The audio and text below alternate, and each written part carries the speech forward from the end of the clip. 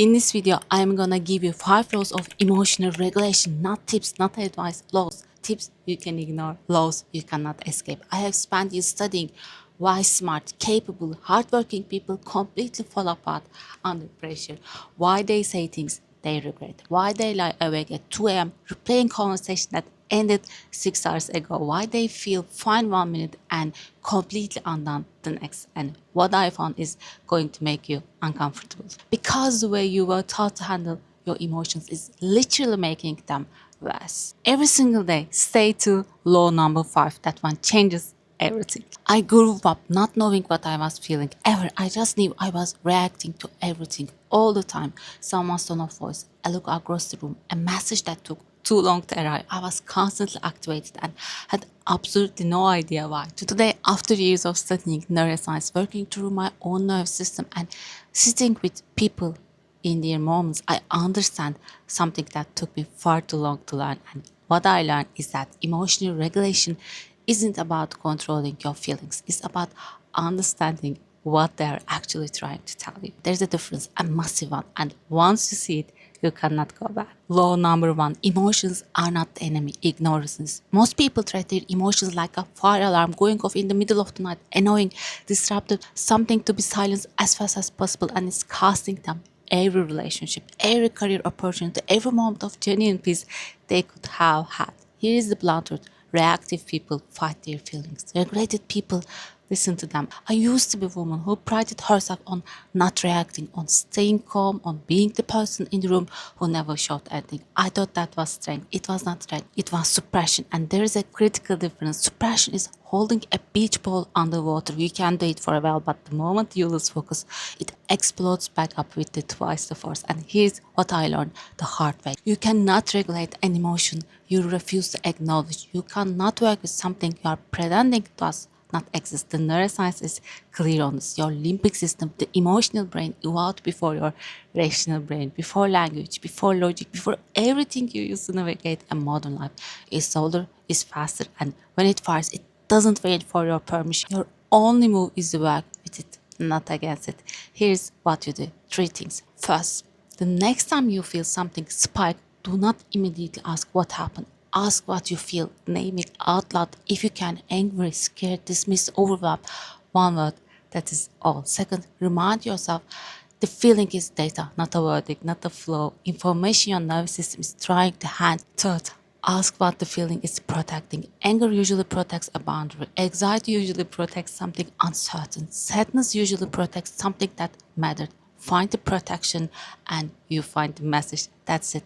That's the whole thing. But here's where it gets interesting because knowing what you feel is only half the battle. The other half is understanding what your nervous system does when it feels threatened, and that's law number 2. Law number 2, you have 2 danger modes. Both are destroying you. Most people think the biggest emotional problem is anger, uncontrolled rage, explosive reactions, saying things you cannot take back. And sure, that's a problem, but it's not the most dangerous one.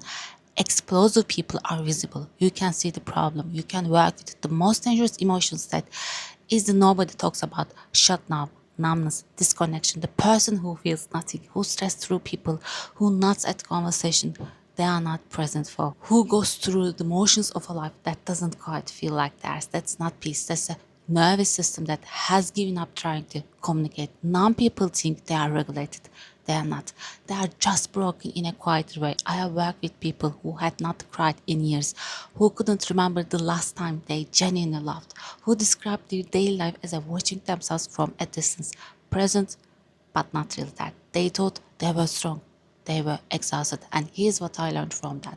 The goal is not to feel less. The goal is to feel on purpose. There is a concept in neuroscience called window of tolerance. It is the zone between too much and too little, between explosion and shutdown, between flooding and freezing. Inside that window, you're activated enough to be present and engaged, but regulated enough to choose your response instead of just firing one automatically. Here's what you do. 3 things. First, learn your own signals. What does activation feel like in your body before it becomes a reaction?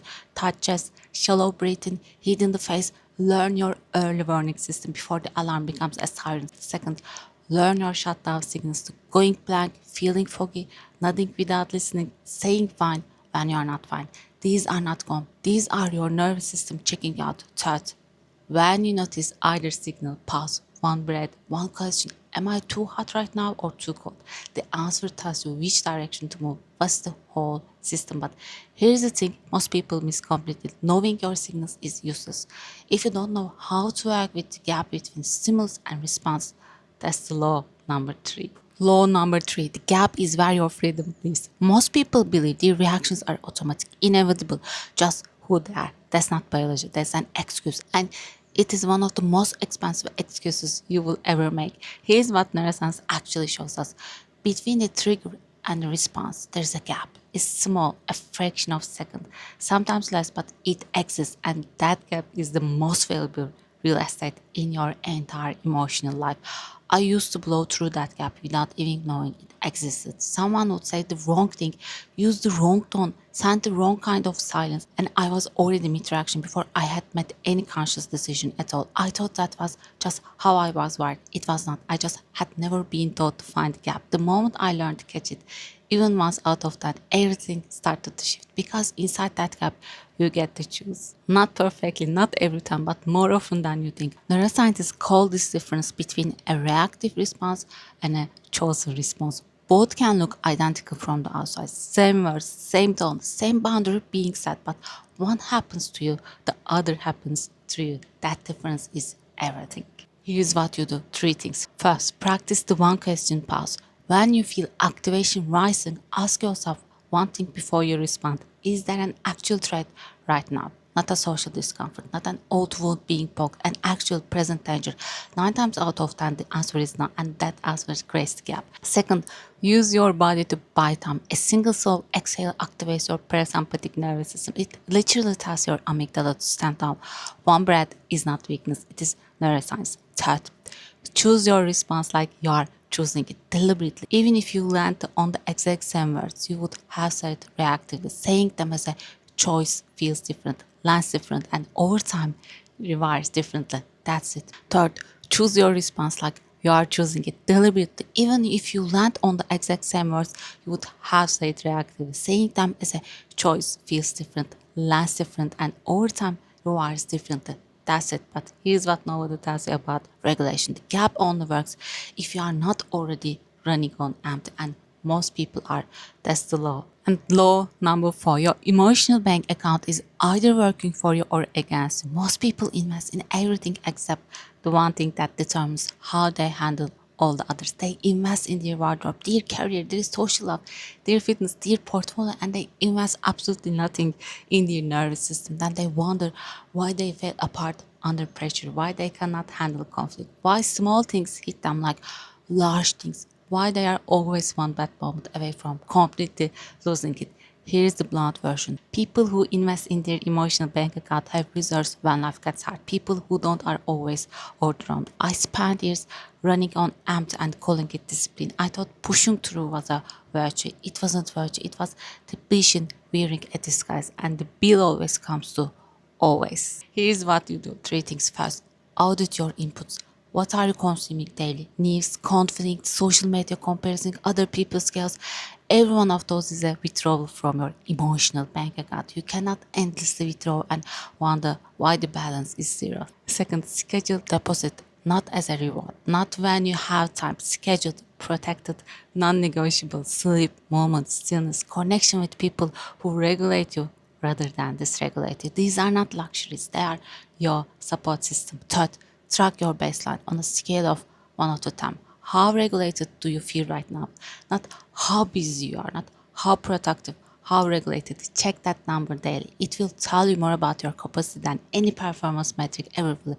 That's the whole thing. But here's the law that most people forget and is the most important one. Law number five, flexibility is the final form of strength. Most people think emotional health means having rock solid boundaries, saying no without guilt, never letting anything in that doesn't serve you. And boundaries matter, they do, but that's not the whole picture. And chasing that version of strength will leave you rigid, isolated, and lonelier than you expected. Here's the truth that took me the longest to understand. Psychological health is not about being unmovable, it's about being flexible. The most regulated people I have ever met are not the ones who never feel anything. They are the ones who can feel everything and still choose. Choose how to respond, choose what to let in, choose when to push back and when to open up. Choose a deliberate yes just as freely as a deliberate no. Because here's what nobody tells you about boundaries. No only has power if your yes means something. If you say yes to everything out of fear or obligation, your no means nothing. People sense that, you sense that. But if you say yes deliberately from a place of genuine choice, your no becomes unshakable. That's the goal. I spent a long time confusing the two. I thought protecting myself meant keeping everything at a distance. I called it boundaries. It was actually armor, and armor keeps everything out, including the things worth letting in. The moment I understood that flexibility was not weakness, that choosing to give, to bend, to absorb, to stay when it cost something was sometimes the most powerful move available. Everything's changed. Not just my relationship, my entire nervous system settled. Because the truth is this, emotional regulation is not about destination. It's a practice, a daily, imperfect, sometimes humbling practice. You will lose the gap sometimes. You will react when you meant to respond. You will go numb when you meant to stay present. You will say yes when you needed to say no. That's not failure, that's practice. The only question is whether you come back to it. Leave a comment right now. Tell me which law hit you hardest. Which one are you going to work on first? I read every single one. Thank you for listening. I love you.